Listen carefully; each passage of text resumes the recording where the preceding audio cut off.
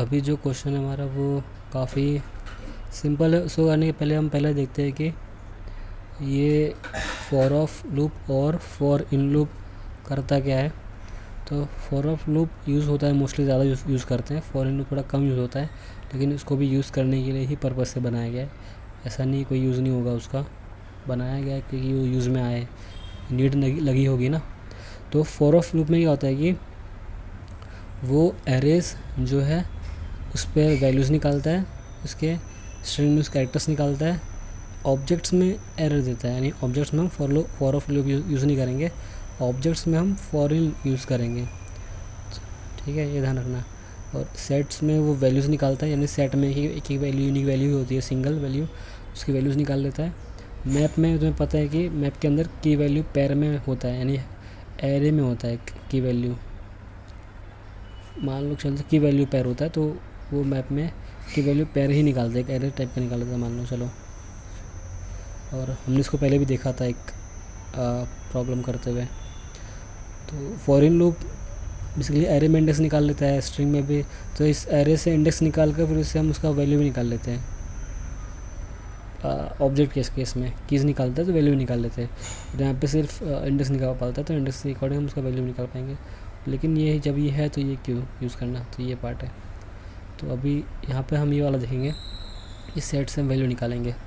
तो अभी क्वेश्चन क्या है कि क्वेश्चन सिंपल है कि तुम्हें बताना है कि इसमें और उसमें जो कॉमन एलिमेंट है उसको रिटर्न करना है, डुप्लीकेट भी नहीं होना चाहिए। तो तुम सोचो कि यार, अगर तुम सोचो कि ये वाला एक एलिमेंट लेना है, इसमें चेक करना है कि नहीं, इसका लेना चेक करना इसमें है कि नहीं।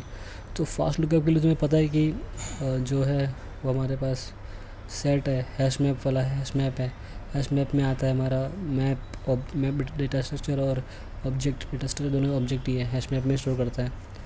और ये डुप्लीकेट निकालना है तो हमारे पास सेट है, दोनों को सेट बना देंगे तो दोनों सेट बन जाएगा।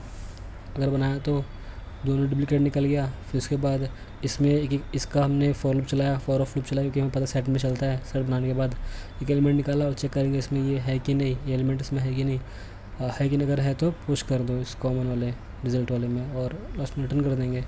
तो बस ये सबसे फास्टेस्ट तरीका था जो हमने देखा अभी।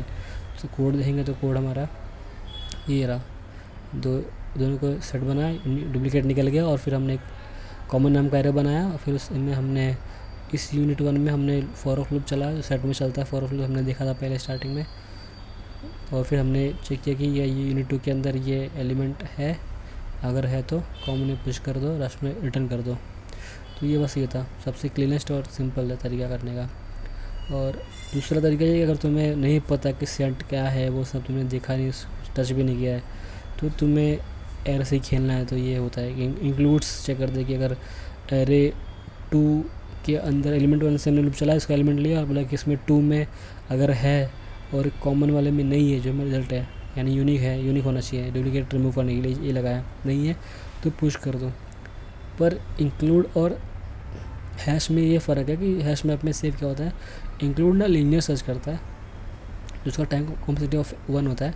सेट जो होता है डायरेक्ट हैश मैप में एड्रेस बनाता है, उस पर सेव करता है। जब कोई वैल्यू तुम सर्च करते हो, उसका उस वैल्यू को लेता है हैश मैप बनाता है और सीधे चेक करता है कि उस एड्रेस हैश पर वो वैल्यू है क्या, अगर है तो ट्रू या फॉल्स ऐसा बूलियन रिटर्न करता है, जो कि टाइम कॉम्प्लेक्सिटी OF1 होता है, जो काफ़ी फास्ट होता है ये।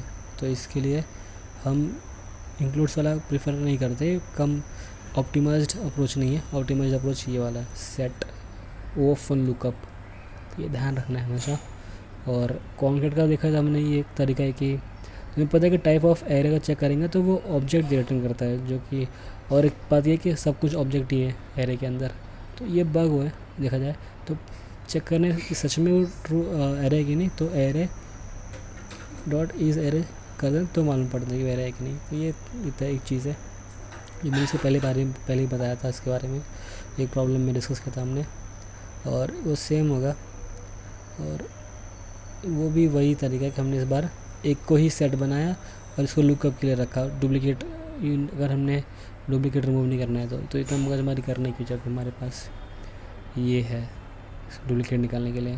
तो मैप बना के उसके अंदर ट्रू डाल के चेक क्यों करना है कि डुप्लीकेट है कि नहीं। यहाँ पर डाल के चेक करें कि अगर वो है तो ट्रू, अगर वो यहाँ पे ट्रू फॉल्स रिटर्न करेगा ये, अगर है तो सेट हैज़, वो दोनों में हैश लगा चेक कर रहे हैं हम। तो बस यही सिंपल सा था और कुछ है नहीं खास इसमें। नेक्स्ट हम देखेंगे दूसरा प्रॉब्लम नेक्स्ट क्लिप में।